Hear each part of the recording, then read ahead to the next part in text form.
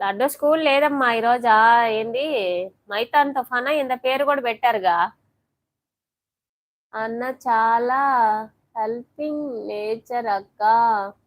మొన్న లైవ్ లో ఆకుకూరలా అన్న మీకు హెల్ప్ చేస్తారు. మీది ఫర్ మేడ్ ఫర్ ఈచ్ అదరా. Okay, thank you so much అమ్మా. అంతే కదా, ఒకరికొకరు హెల్ప్ చేసుకోవాలి.